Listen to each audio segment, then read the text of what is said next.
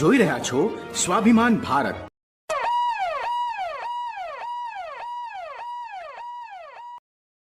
રાજકોટમાં સામાન્ય બોલાચાલીમાં સંજય નામની વ્યક્તિની હત્યા કરનાર ભરત ગઢવીને ભક્તિનગર પોલીસ અધિકારીઓએ ગણતરીના કલાકમાં ઝડપી લીધો।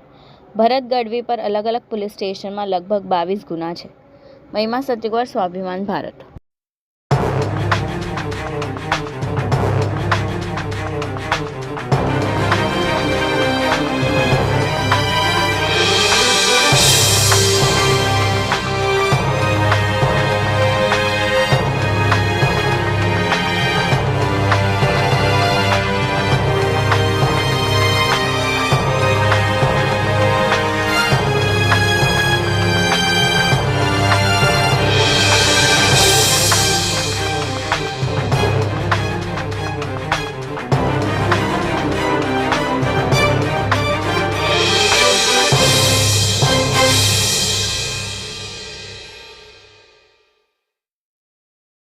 શું કહેશો સાહેબ, આ ગઈકાલના રોજ જે મર્ડર થયું હતું તેના આરોપી પકડાયા છે, શું બાબત હતી સમગ્ર?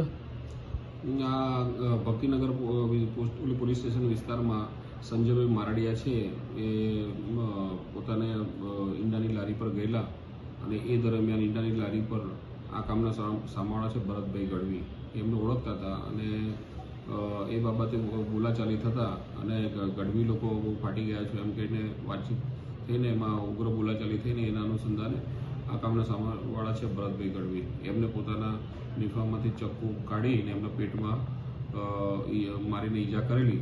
ત્યારબાદ તેમનું હોસ્પિટલ લઈ જતાં મરણ થયેલ છે। આ બાબતે ભક્તિનગર પોલીસ સ્ટેશનમાં 302 મુજબનો ગુનો દાખલ કરેલ છે અને વહેલી સવારે ઉપરોક્ત ગુનાના આરોપીને અટક કરવામાં આવે છે। આરોપીએ કેટલા ઘા માર્યા હતા શરીરના, જેના કારણે સંજયભાઈનું મોત નીપજ્યું છે? 2-3 વખત ઘા મારેલા અને અંદર પેટના ઊંડાણના ભાગે ઘા થવાના કારણે એમનું મૃત્યુ થયું છે। બીજી કોઈ તપાસમાં બાબત સામે આવી છે?